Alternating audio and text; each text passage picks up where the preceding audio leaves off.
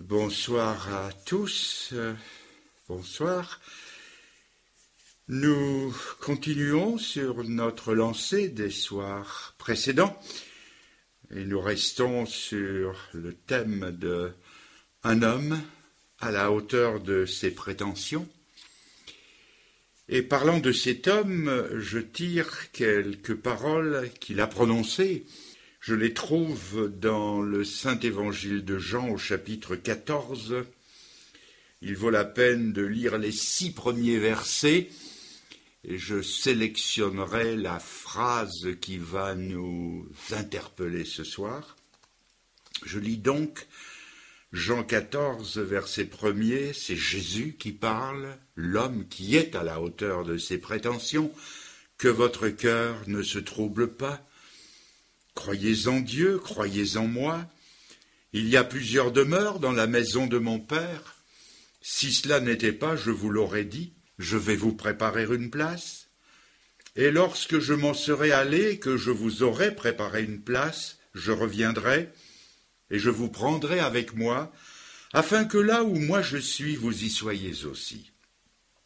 Vous savez où je vais, vous en savez le chemin. Thomas lui dit, « Seigneur, nous ne savons pas où tu vas. Comment pouvons-nous en savoir le chemin ?» Jésus lui dit, « Je suis le chemin, la vérité et la vie. Nul ne vient au Père que par moi. Je suis la vie. » Du même auteur, mais non plus dans son évangile, mais dans sa première épître au chapitre 5, Jean nous dit que Dieu a rendu témoignage à son Fils. Et ce témoignage, c'est que Dieu nous a donné la vie éternelle et que cette vie, elle est dans son Fils. Celui qui a le Fils a la vie, celui qui n'a pas le Fils de Dieu n'a pas la vie. Je vous ai écrit ces choses, dit Jean, afin que vous sachiez que vous avez la vie éternelle, vous qui croyez au nom du Fils de Dieu. Quand Dieu eut préparé la terre pour la rendre habitable, de ses mains créatrices, il tira de la poussière du sol les éléments constituants du corps humain. Il avait alors devant lui une mécanique merveilleuse mais inanimée, dans laquelle il souffla un esprit vivant. La Bible dit que l'homme devint alors une âme vivante.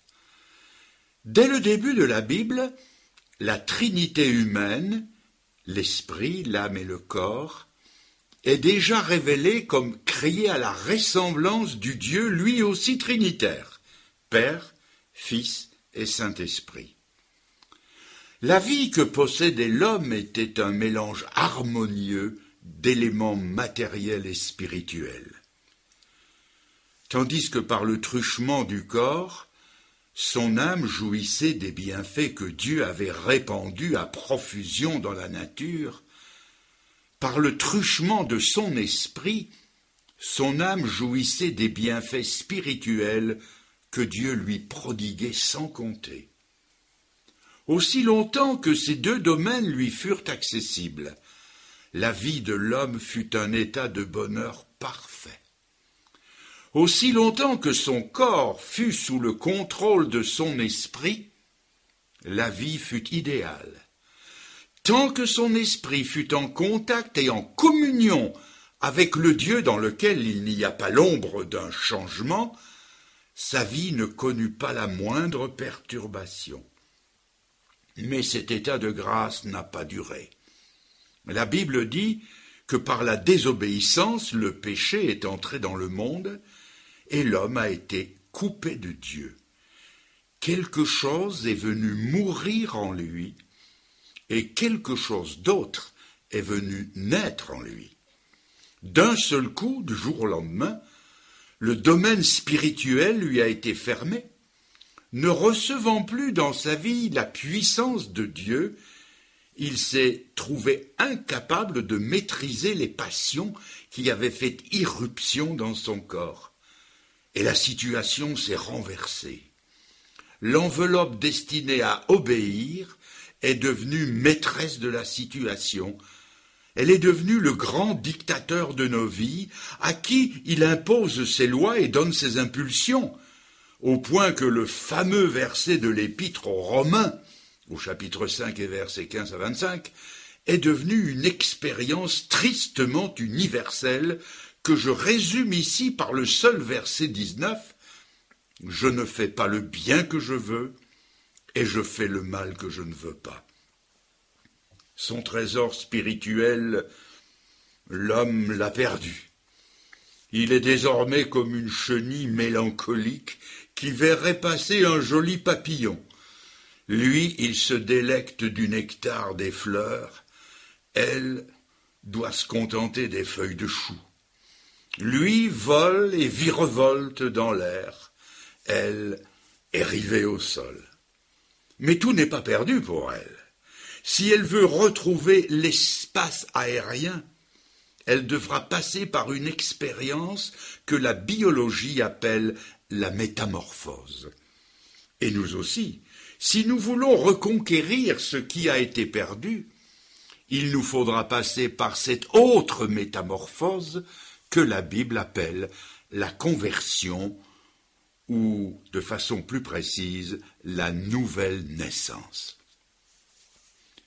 Lorsque, dans les temps, l'œuf de la grenouille se développe, il devient cette drôle de créature grotesque que nous appelons du vilain nom de tétard. Lui, qui dépend entièrement de l'eau pour vivre, doit se demander par quelle magie la mère grenouille peut vivre à la fois dans l'air et dans l'eau. Avez-vous déjà imaginé ce que devait penser un tétard, si tant est qu'un tétard pense, en voyant la mère grenouille plonger dans la mare pour venir l'y rejoindre? Il ne peut pas concevoir, lui, qu'il y ait un ailleurs, une autre dimension, un autre élément que le sien, d'où l'entretien que je vous rapporte. Plouf! D'où viens-tu comme ça, grand-mère? D'en haut. Tu vois bien, j'en ai encore la peau toute sèche. D'en haut, d'en haut. Je n'ai jamais vu, moi, qu'il y avait un en haut. Mais si qu'il y a un en haut, puisque j'en viens. C'est pas vrai, il n'y a pas d'en haut. Ah, bien sûr. Tu peux pas encore comprendre, mais ça viendra, tu verras plus tard, quand tu seras converti, alors tu verras que j'ai raison. Dis-moi, grand-mère, qu'est-ce qu'il y a en haut? Eh bien, en haut, il y a des arbres, il y a des fleurs, il y a de l'herbe. C'est pas vrai. On connaît l'outrecuidance des jeunes générations, il faut l'excuser. Mais si, il y a des arbres, des fleurs, de l'herbe, il y a des chevaux, il y a des bœufs. C'est quoi ça, des bœufs? Eh bien, des bœufs, c'est, des bœufs, ça mange de l'herbe. C'est pas vrai. Mais si, c'est vrai. D'ailleurs, une de nos ancêtres est tombée amoureuse d'un bœuf, et pour l'épouser, elle a voulu se faire grosse comme lui. C'est pas vrai. Mais si, c'est vrai, c'est même écrit, ça s'est passé là-bas, un peu plus haut, du côté de la fontaine. Et quoi qu'il y a encore? Eh bien, il y a de l'herbe, il y a des bœufs, puis il y a des hommes. Des hommes? C'est quoi des hommes? Des hommes, eh bien, des hommes, c'est pas des bœufs, mais ça mange du bœuf. C'est pas vrai. Écoute, pour la dernière fois, sois poli avec ta grand-mère, sinon tu vas tâter d'une baffe, hein? Bof. Quand tu seras converti, tu comprendras, mais pas avant. Dis-moi, grand-mère, alors, avec un bémol dans le ton de sa voix, dis-moi, grand-mère, qu'est-ce qu'il y a encore à l'étage au-dessus, là? Eh bien, je te l'ai dit, il y a de l'herbe, il y a des bœufs, il y a des hommes, et il y a des Français. Des Français? C'est quoi ça, des Français? Ben, des Français, c'est... Ah, les Français, ce sont les meilleurs, les plus délicats, les plus raffinés de tous les hommes. Ce sont les seuls qui aiment les grenouilles. les cuisses de grenouille. Du coup, notre tétard ne tient plus en place. Il est déjà, comme on dirait, à moitié converti. Il se dit, ça doit être vrai, il faut que j'aille voir. Alors il fait frétiller sa queue, part comme une torpille vers le haut, touche la surface et boit une tasse d'air, ce qui le fait redescendre plus vite qu'il n'est monté. Il se dit, j'ai du mal m'y prendre, alors bis. Résultat, il boit une deuxième tasse d'air. Pauvre petit tétard. Malgré sa bonne volonté toute neuve, il ne peut pas savoir ce que la mère grenouille sait pourtant être vrai. Pourquoi ? Mais parce qu'il n'est pas encore converti, c'est-à-dire métamorphosé, ou mieux encore, il n'est pas né de nouveau, comme le dit Jésus. Quelqu'un se reconnaît peut-être dans cette histoire un peu loufoque. Vous aussi, vous avez connu de vrais chrétiens. Il y en a des faux, il y en a des vrais. Et vous avez vite compris qu'il y avait un plus dans leur vie, un plus qui venait de plus haut. Ils vous ont parlé d'un livre auquel ils faisaient toujours référence. Et vous avez voulu mettre le nez dans la Bible. Peine perdue, très peu pour moi, c'était du chinois, la vraie bouteille à encre, vous n'y avez rien compris. Vous avez assisté à l'une ou l'autre de leurs réunions, comme ils disent. La simplicité des lieux, l'ambiance sereine, la musique un tantinet rétro vous a fait dire « merci, très peu pour moi ». Pourquoi ? La raison est très simple.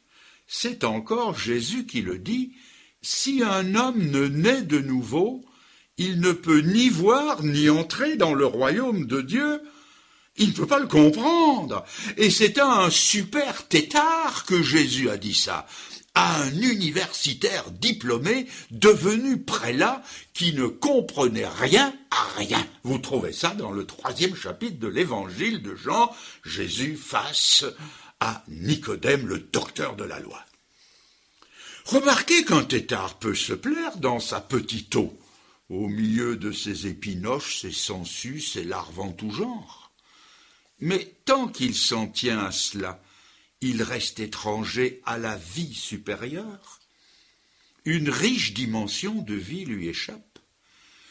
Beaucoup de gens s'accommodent de leur petit monde terre à terre, qui ne débouche sur rien d'autre que le cimetière à brève ou moyenne échéance. Quand tout se résume à métro, boulot, disco, bobo, dodo, la mare devient vite petite et il y en a vite marre. J'affirme qu'il y a autre chose que le train-train quotidien, les coupes d'Europe, la Formule 1, la grisaille du lundi matin, le vague à l'âme et le sentiment de toujours passer à côté de l'essentiel. Jésus, le seul vrai extraterrestre, est venu de l'étage au-dessus, de l'autre côté de cette vie. Il a prouvé par sa façon de vivre son enseignement et ses miracles et beaucoup d'autres choses que c'était vrai, du vrai de vrai. Mais rester étranger à la vie de Dieu est en plus une dangereuse condition qu'il vaut mieux mettre en règle le plus vite possible, parce que la Bible dit que celui qui ne croit pas au Fils de Dieu n'a pas la vie, mais la colère de Dieu demeure sur lui.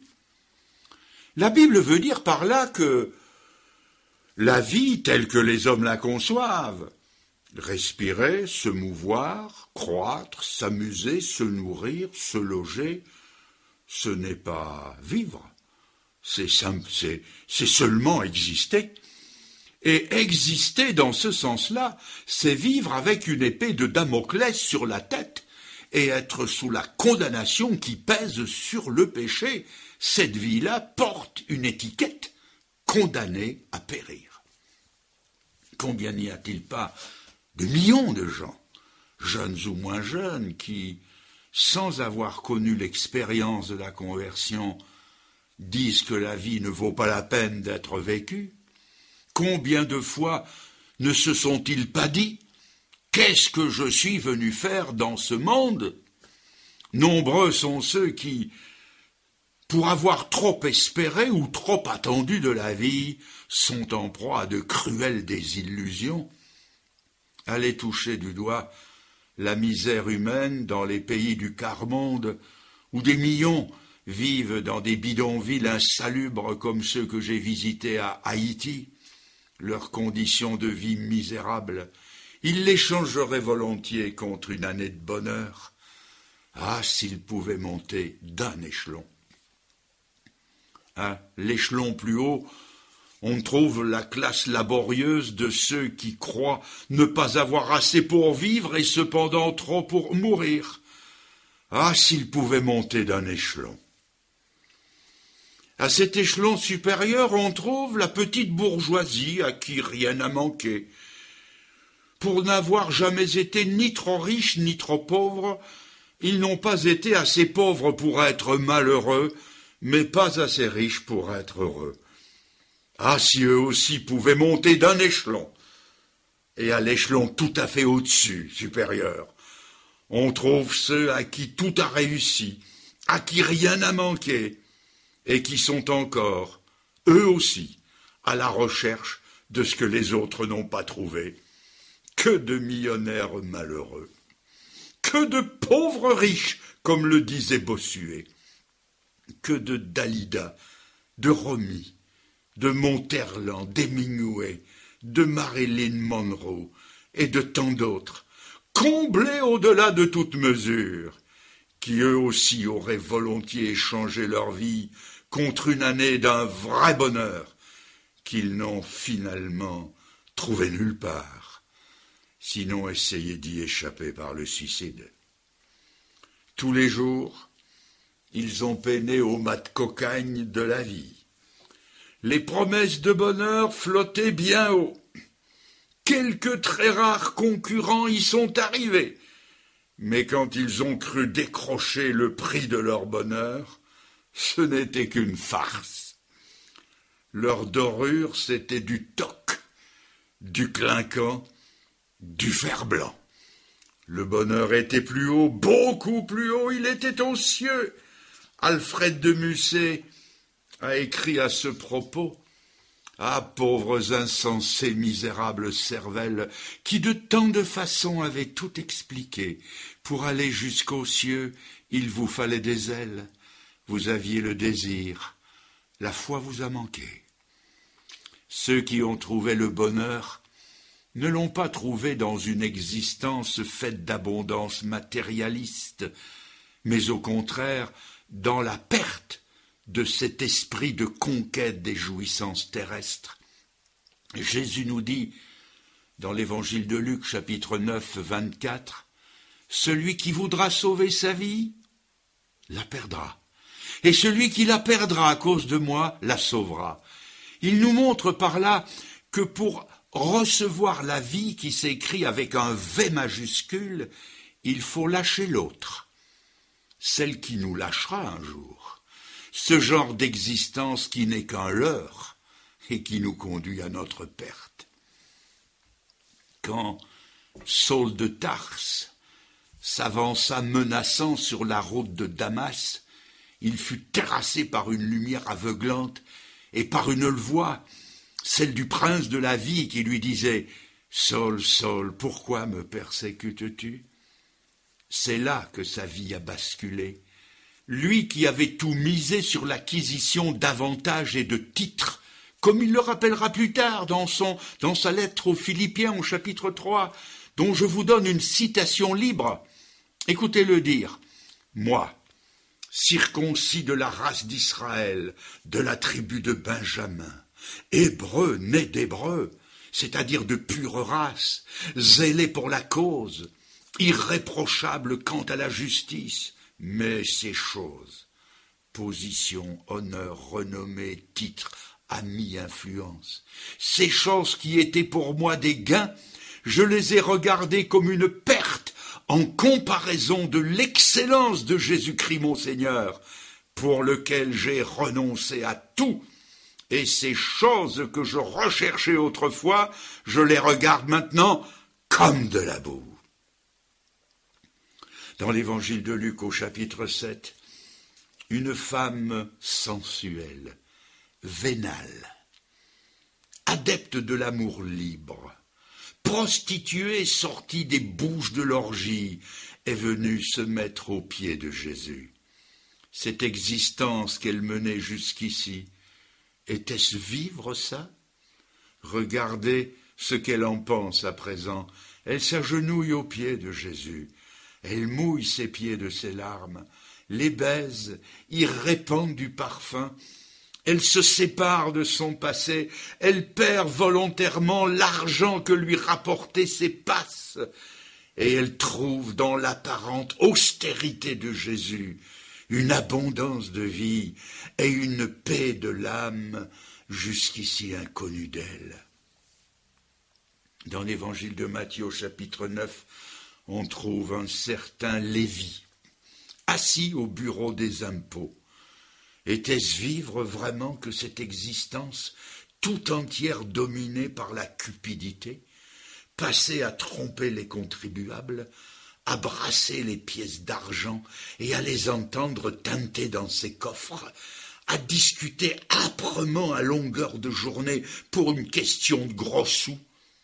Et voilà que sans prévenir, le Sauveur traverse sa vie, la croise, et tel l'éclair qui sillonne le ciel noir et l'illumine, l'appel le plus bref de toute la Bible lui est adressé: « Suis-moi ». 2 mots. 2 mots ont suffi pour que Matthieu, alias Lévi, boucle sa vie passée dans ses coffres et découvre une nouvelle vie à la suite de celui qui n'avait à lui offrir ni argent, ni or, ni aucune autre richesse que celle du cœur et de la vie éternelle. Dans l'évangile de Jean, chapitre 3, on retrouve un docteur de la loi, professeur de religion, qui vient trouver Jésus de nuit. Était-ce vivre vraiment que d'enseigner des préceptes aussi froids que moralisateurs? Jésus avait fait le cinglant reproche à ceux de sa compagnie: vous chargez les hommes de fardeaux difficiles à porter, que vous ne touchez pas vous-même de l'un de vos doigts. On trouve ça dans Luc au chapitre 11.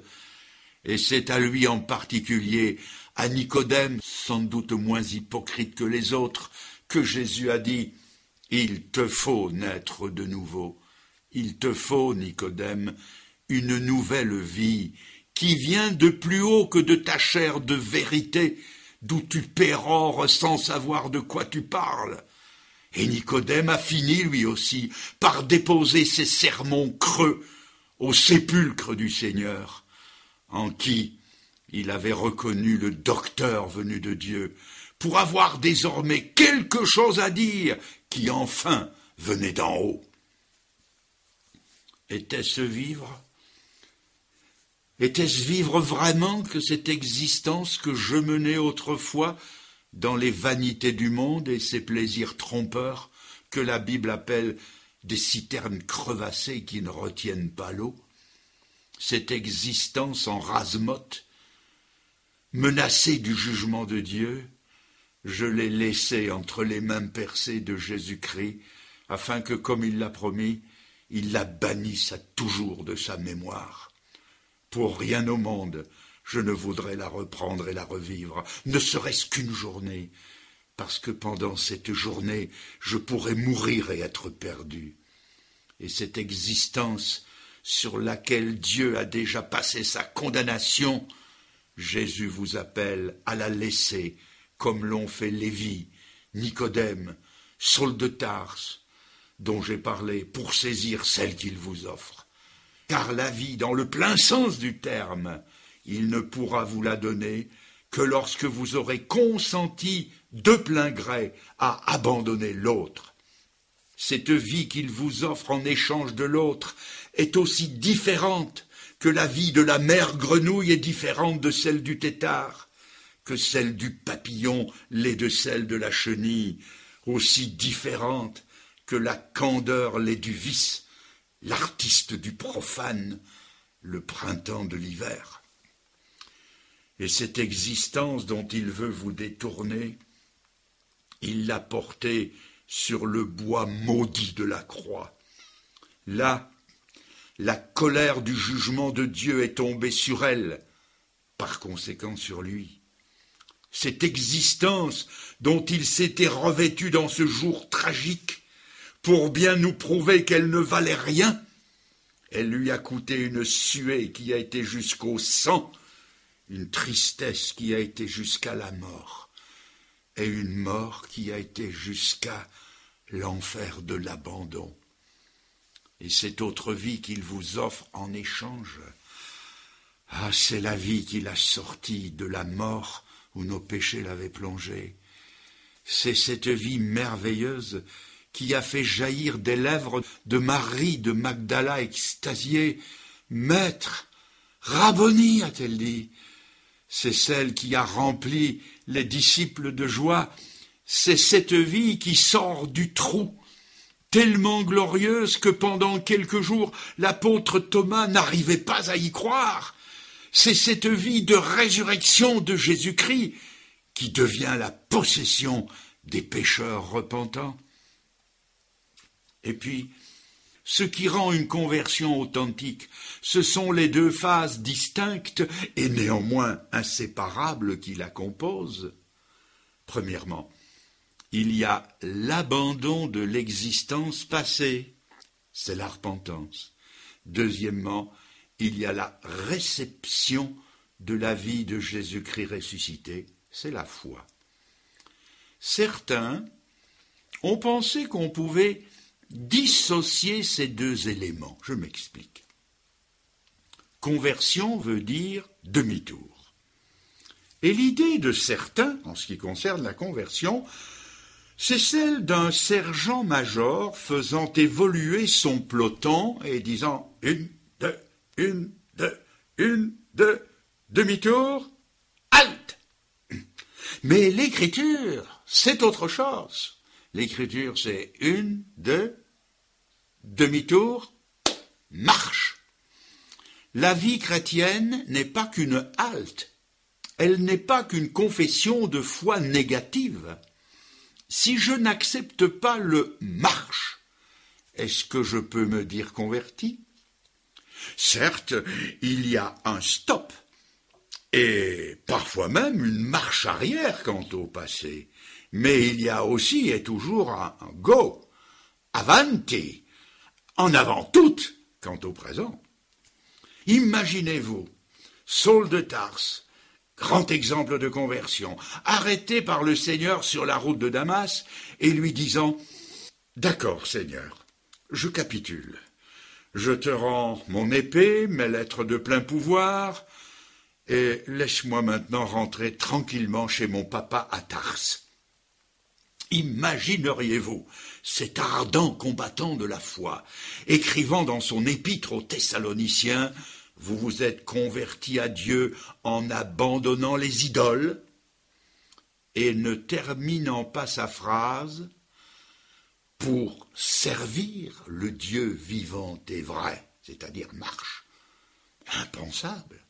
Imagineriez-vous le même apôtre Paul enseignant la doctrine du baptême dans le chapitre 6 de l'épître aux Romains et écrivant « Nous avons été ensevelis avec Christ par le baptême à la ressemblance de sa mort », sans ajouter la deuxième phase du baptême, afin que, à la ressemblance de sa résurrection, nous marchions en nouveauté de vie. On sait que le baptême biblique, selon le sens étymologique du mot, veut dire immerger, plonger. C'est ce que faisait Jean-Baptiste, dont il est dit dans l'évangile de Jean au chapitre 3, verset 23, je lis, « Il baptisait à Hénon parce qu'il y avait là beaucoup d'eau. » Pour baptiser, il fallait donc assez d'eau pour y plonger les gens jusqu'à les immerger. Celui qui se faisait baptiser sous cette forme symbolique exprimait deux choses. La première, qu'en descendant entièrement dans l'eau, à la ressemblance de Christ descendu dans la mort pour le péché, lui aussi, en se convertissant, mourrait à son ancienne vie de péché. Et deuxièmement, qu'en ressortant de l'eau, il exprimait par là qu'à la ressemblance du Christ ressuscité, lui aussi sortait du péché pour vivre en nouveauté de vie. Gardant à l'esprit ces deux facettes du baptême, la mort d'une part et la résurrection de l'autre, qui, je vous le demande, en se faisant baptiser, se risquerait à ce qu'on ne fasse que la moitié de la cérémonie, c'est-à-dire le maintenir sous l'eau et l'empêcher d'en sortir. 2 minutes plus tard, ce serait le prélude à une autre cérémonie, celle d'un enterrement pur et simple. L'apôtre Paul, pour en revenir à lui, n'a pas seulement laissé sa vie passer sur le chemin de Damas, il a saisi la vie que lui offrait le Seigneur et s'en est laissé pénétrer. C'est ce qu'il dit d'une autre façon dans l'épître aux Galates, ce fameux verset 20 du chapitre 2. Il dira « J'ai été crucifié avec Christ ». C'est la halte. Mais il ne s'arrête pas là, il poursuit, marche. Et si je vis, ce n'est plus moi qui vis, c'est Christ qui vit en moi. Et la vie que je vis maintenant dans mon corps, je la vis dans la foi au Fils de Dieu qui m'a aimé et qui s'est livré lui-même pour moi. Matthieu, dont nous avons parlé, Matthieu n'a pas seulement quitté son bureau de recettes, il a mis sa plume à la disposition du Saint-Esprit qui lui a fait écrire l'évangile qui porte son nom. Si vous voulez être sauvé sans qu'il y ait le moindre doute, il faut vous soumettre aux conditions de l'Écriture. Abandonner votre existence passée dans la repentance et saisir par la foi celle que Jésus vous offre, cette autre qualité de vie dont lui-même a parlé en disant « Je suis venu pour que mes brebis aient la vie et qu'elle l'ait en abondance ». Si vous voulez qu'un arbre sauvage porte du bon fruit, il faut le greffer. De même, pour que nos vies portent du fruit qui plaise à Dieu, il faut que Christ vienne greffer sa vie sur la nôtre. Sans cette greffe spirituelle, que Jésus appelle la nouvelle naissance, les seuls fruits que nous pouvons porter sont des fruits sauvages, qu'à 2 reprises la Bible appelle des œuvres mortes. Hébreux 6 et Hébreux 9. Voici ce que dit le dictionnaire à propos de la greffe. Le greffon apporte au sujet les caractères que l'on veut conserver. Je lis donc. C'est ainsi que l'on greffe de bonnes espèces sur un arbre sauvage qui autrement ne donnerait que du mauvais fruit. Vous pouvez mettre tant et plus d'engrais ou de fumier à un arbre sauvage. Vous pouvez le tailler. Vous pouvez le replanter dans un meilleur sol. Le seul résultat auquel vous arriverez, c'est de produire plus de fruits, mais plus de fruits sauvages.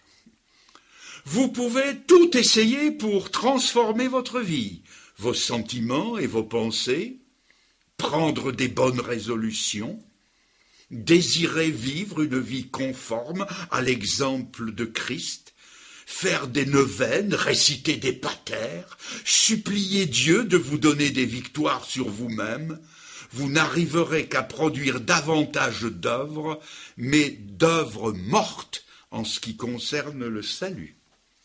Non, non, non. Considérez combien une greffe minuscule peut transformer la vie d'un grand arbre. Pensez à ce qui arrivera quand la vie d'un si grand sauveur viendra se greffer sur une aussi petite vie que la nôtre. Dieu est l'horticulteur divin. Christ est la greffe divine. Et vous vous êtes le sujet humain en qui il veut implanter la vie éternelle par le Saint-Esprit qu'il fera habiter en vous.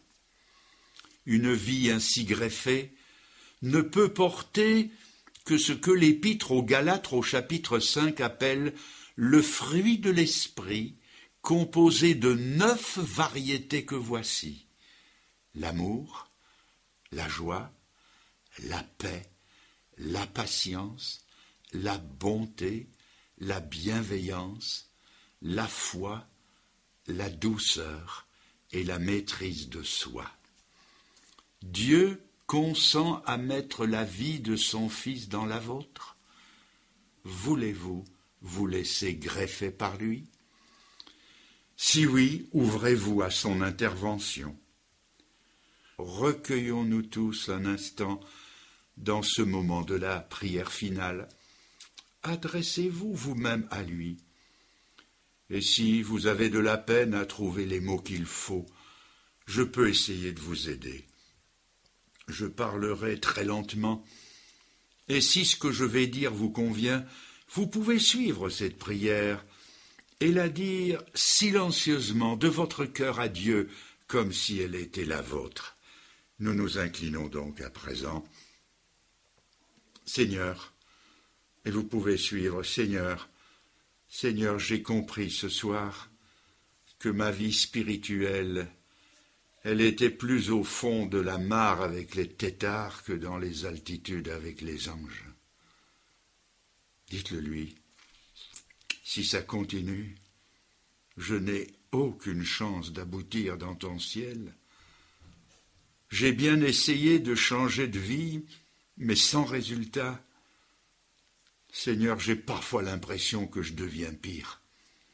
Je n'arrive à rien malgré mes efforts.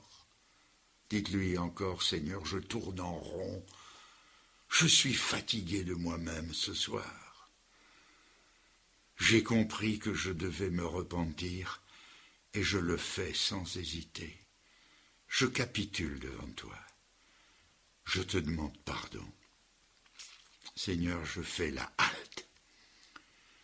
Mais je veux aller de l'avant. Seigneur, ô Dieu, je crois que ton Fils, pour me sauver, est descendu non seulement dans ma mare, mais dans la boue de ma mare de vie et qu'il en est mort, condamné à ma place. Mais je crois qu'il est venu pour m'en sortir. Seigneur, viens greffer la vie de ton Fils dans la mienne. Seigneur, je m'ouvre à toi par l'action de ton Saint-Esprit. Et j'irai avec toi jusqu'au bout. Merci Seigneur, merci.